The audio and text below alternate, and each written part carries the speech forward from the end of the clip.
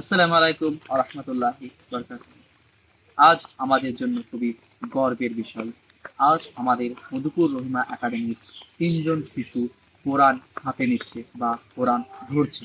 এই কোরআন শুধুমাত্র একটি ধর্মীয় গ্রন্থ নয়। এটি হলো হিদায়াতের আলো, মানুষের সঠিক পথে চলার নিয়ম-কানুন এবং ধারা। মহান আল্লাহর এই কিতাবের প্রতি মানুষের ভালোবাসা, শ্রদ্ধা ও মেনে চলার ধরন এবং আমল আমাদের দুনিয়া ও আখিরাতে সফলতার চাবিকাঠি। আজ যারা কোরআন হাতে নিচ্ছে তাদের জন্য রইল আমার আন্তরিক দোয়া এবং শুভেচ্ছা। আল্লাহ সুবহানাহু ওয়া তাআলা যেন তাদের কোরআনের হক আদায় করার তৌফিক দান করেন। তাদের মুখ দিয়ে যেন কোরআনের সুমিষ্ট সুর বয়ে যাক, আর তারা যেন দুনিয়ার অন্ধকারে কোরআনের আলো দিয়ে আলোকিত করে দেয়। সকলকে অনুরোধ করব, চলুন আমরা সকলে মিলে কোরআনের সঙ্গে সম্পর্ক গড়ে তুলি এবং আমাদের সন্তানদের এবং নিজেদের কোরআন শেখার প্রতি উৎসাহিত গড়ে তুলি।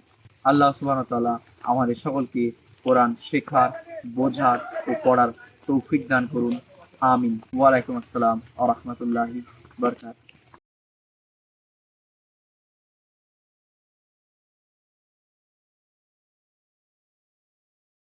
أعوذ بالله أعوذ بالله من الشيطان الرجيم من الشيطان الرجيم بسم الله بسم الله الرحمن الرحمن الرحيم الرحيم أستغفر الله أستغفر الله ربي ربي من كل من كل ذنب ذنب وأتوب إليه وأتوب إليه لا إله لا إله إلا الله إلا الله محمد محمد رسول الله رسول الله أشهد أشهد أن لا إله أن لا إله إلا الله إلا الله وأشهد أن وأشهد أن محمدا محمدا عبده عبده ورسوله ورسوله سبحان الله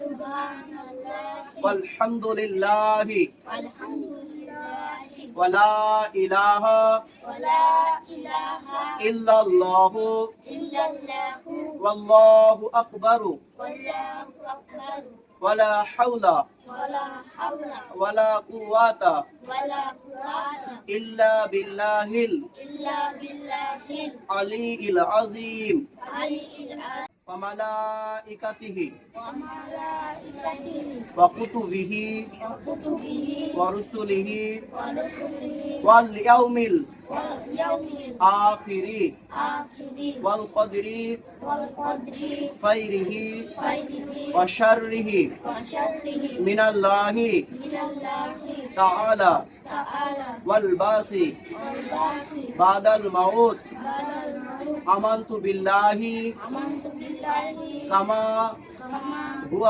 هو بأسمائه بأسمائه وصفته وصفاته وقبلت وقبلت جميع جميع أحكامه أحكامه وأركانه صدق الله العظيم।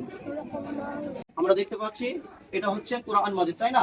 এটা যখনই আমরা স্পর্শ অর্থাৎ ছুব তখনই আমাদের পবিত্রতা অর্জন করতে হবে সর্বপ্রথম, অর্থাৎ অপবিত্রতায় কোরআন মাজিদ স্পর্শ অর্থাৎ ছোঁয়া যাবে না।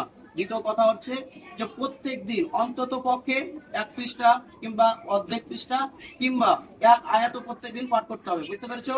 যেহেতু তোমরা কোরআন মাজিদ ধরেছো, অবশ্যই সকলকে আদব সহকারে চলবে এবং অন্তত পক্ষে নামাজের দিকে সকলে যাবে। বুঝতে পেরেছো? এবং সকলকে আদব সহকারে সালাম দেবে। বুঝতে পেরেছো? এই 3টে বাক্য তোমরা মেনে চলবে। বুঝতে পেরেছো?